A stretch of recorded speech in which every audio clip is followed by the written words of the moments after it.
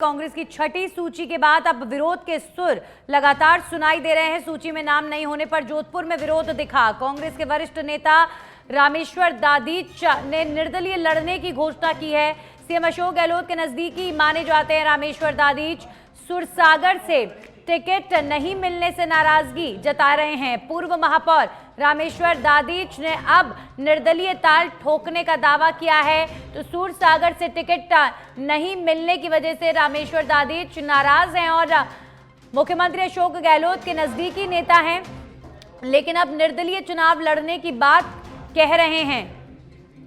तो विरोध के स्वर लगातार, टिकट की सूचियां जैसे जैसे सामने आई वैसे वैसे चाहे कांग्रेस हो चाहे बीजेपी दोनों ही पार्टियों में सुनाई दे रहे हैं। और कांग्रेस की छठी सूची के बाद अब सूरसागर से टिकट मांगने वाले दावेदार रामेश्वर दादीच के बगावती सुर देखने को मिल रहे हैं। रामेश्वर ने निर्दलीय चुनाव लड़ने की बात कही है। सीएम अशोक गहलोत के नजदीकी माने जाते हैं रामेश्वर दादीच और सूरसागर से अब टिकट नहीं मिलने से नाराज हैं। हमारे सहयोगी जितेंद्र जुड़ गए। जितेंद्र, बगावती सुर अब लगातार सुनाई दे रहे हैं। रामेश्वर दादीच कह रहे हैं कि निर्दलीय चुनाव लड़ेंगे, क्या जानकारी?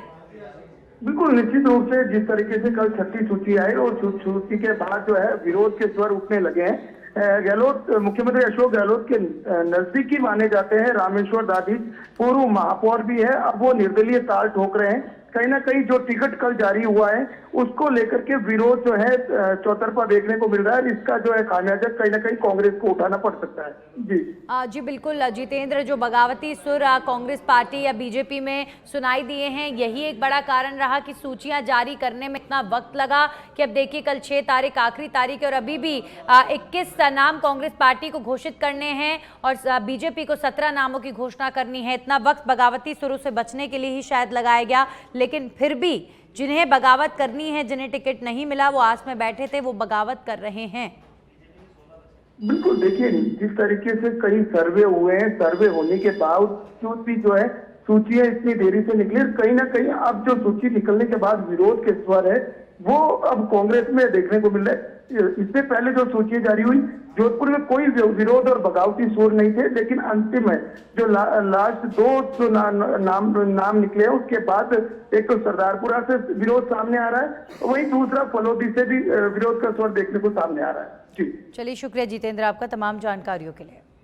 तो सूरसागर से रामेश्वर दादीच ने अब निर्दलीय ताल ठोकने का दावा किया है। आप देखते हैं किस तरीके से बगावत पर आ रहे अपने नेताओं को ये पार्टियां क्या रोक पाती हैं बगावत करने से। तो जोधपुर में ये पहली बार है जब रामेश्वर दादीच की तरफ से विरोध प्रकट किया गया है। वहीं सरदारपुरा से भी विरोध के स्वर सुनने को मिल रहे हैं। तो पूर्व महापौर हैं रामेश्वर दादीच, टिकट की मांग कर रहे थे, लेकिन टिकट नहीं मिलने से अब निर्दलीय ताल ठोकने की बात कह रहे हैं। तो पूर्व महापौर रामेश्वर दादीच ने अब निर्दलीय चुनाव लड़ने का दावा किया है। टिकट ना मिलने से नाराज हैं रामेश्वर दादीच। मुख्यमंत्री अशोक गहलोत के करीबी हैं।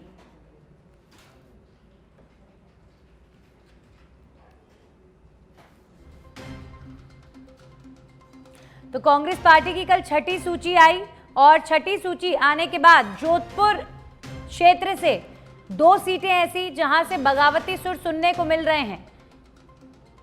सुरसागर से टिकट मांग रहे रामेश्वर दादीच ने अब निर्दलीय लड़ने की घोषणा की है। सूची में नाम नहीं होने पर अब जोधपुर में सरदारपुरा कॉन्स्टिट्यूएंसी में भी विरोध देखने को मिल रहा है।